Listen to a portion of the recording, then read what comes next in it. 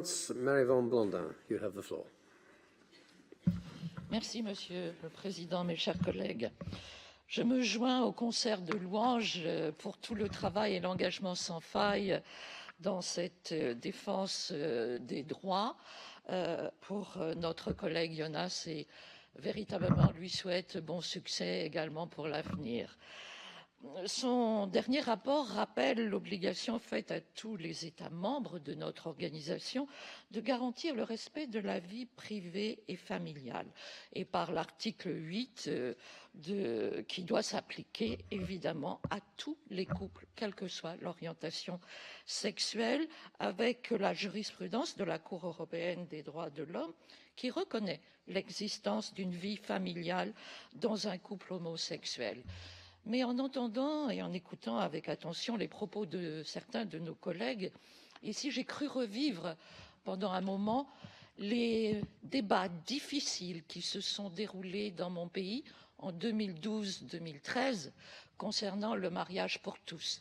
Il y a eu vraiment de grosses manifestations rudes, dures à entendre, et on nous avait prédit véritablement une société complètement délabrée, et ça n'a pas été le cas, ça n'a pas bouleversé la société française.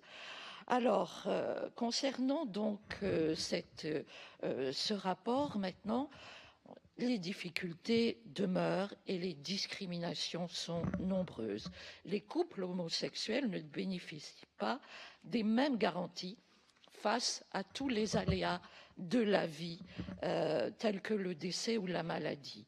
Je ne vais pas reprendre les exemples qui sont dans votre rapport, Monsieur Gunnarsson, mais il faut à tout prix garantir cette égalité des droits, et la question de la parentalité est au cœur de nombreux débats.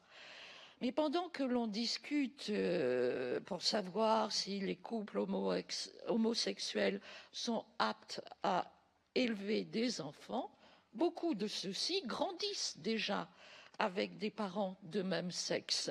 Il est donc nécessaire de leur apporter une protection juridique identique à celle des autres enfants. Car c'est de là que viennent les risques pour leur avenir, et pas du fait qu'ils aient des parents LGBTI.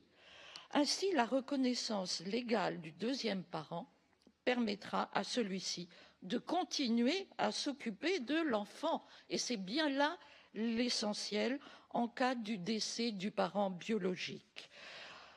La montée du populisme que l'on constate, et on en a beaucoup parlé au cours de cette session, du discours de haine à l'égard des couples homosexuels dans les pays, on les accuse de vouloir diffuser l'homosexualité pour limiter la natalité au profit de l'immigration, ou même de pervertir la jeunesse. Je crois, mes chers collègues, que nous devons véritablement faire en sorte qu'un ciel dégagé soit au-dessus de ces familles homosexuelles. Merci.